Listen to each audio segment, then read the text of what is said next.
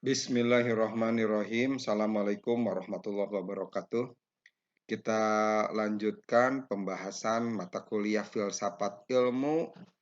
Hari ini kita akan belajar bagaimana metode ilmiah dalam mensikapi keilmuan yang menjadi orientasi kita di pembelajaran metode ilmiah ini.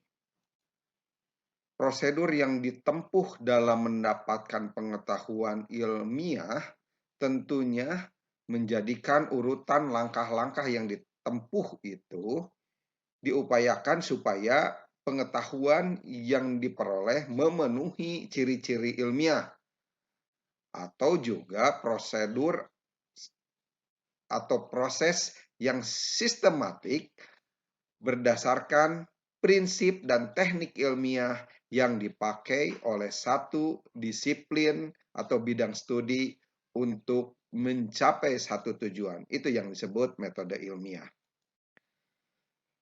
Secara prinsip, metode ilmiah berasal dari metodologi.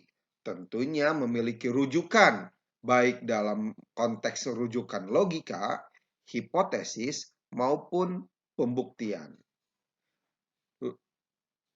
Pemahaman logika ini merujuk pada dibuatnya sebuah perumusan masalah. Nanti Anda juga akan melakukan hal ini dalam penelitian ilmiah skripsi yang menjadi tugas akhir perkuliahan ini.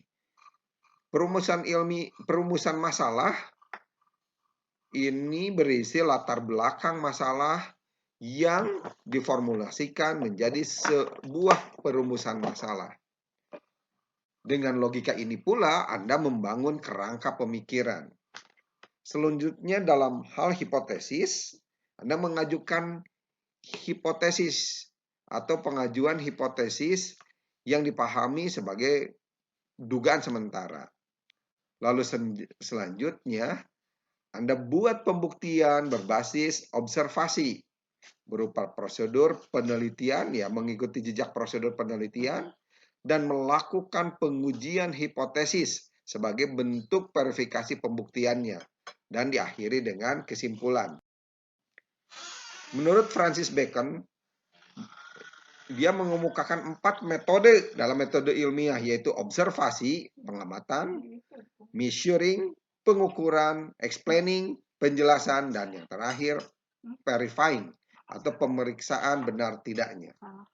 Dalam hal ini, kita dapat mengajukan berbagai pertanyaan terhadap alam dengan mengumpulkan bukti-bukti yang tepat, membuat keterangan secara hipotesa, lalu mengumpulkan pengertian dan mengetesnya secara eksperimental untuk menolak, merubah apa yang menjadi hipotesis kita.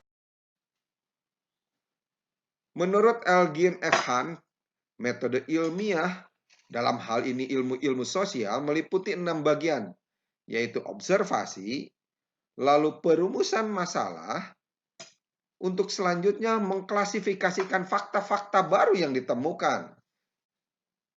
Selanjutnya mengeneralisasi apa yang menjadi pemahaman dari penemuan itu.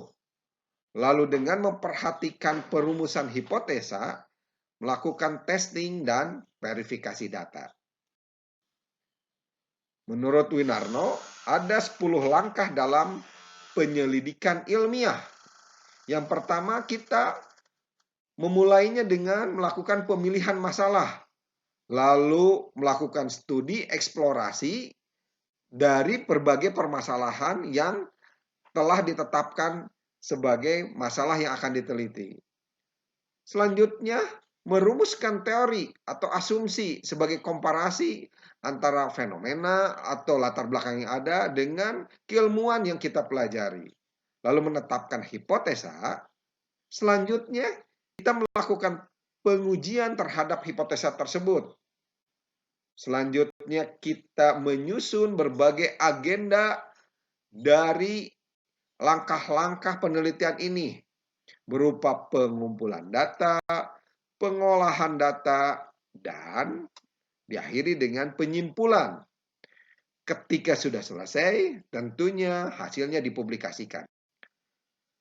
Metode ilmiah disusun sebagai berikut. Dimulai dari pengumpulan atau mengkoleksi data dan fakta, lalu melakukan observasi data dan fakta itu sendiri. Selanjutnya, melakukan seleksi data dan fakta yang telah didapatkan dan mengklasifikasikan data dan fakta tersebut.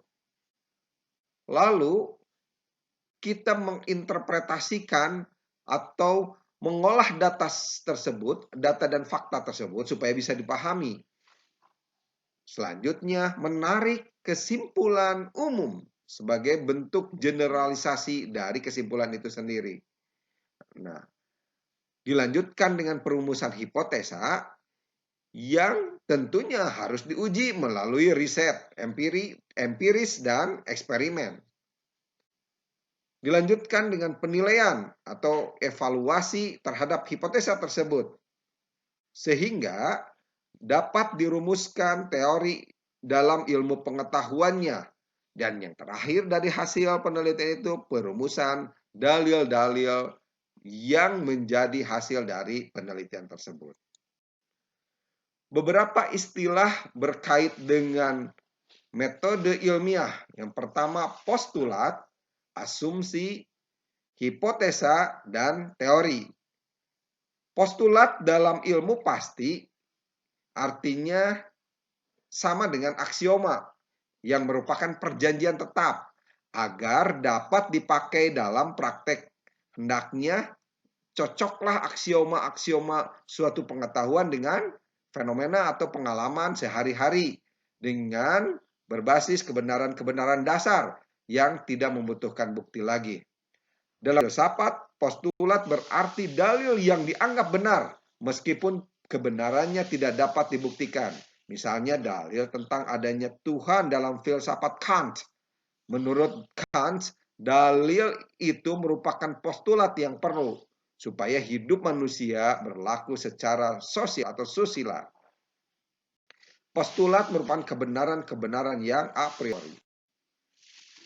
Asumsi dan anggapan dasar ialah anggapan yang sudah dianggap benar, yang tentunya tidak diragukan lagi.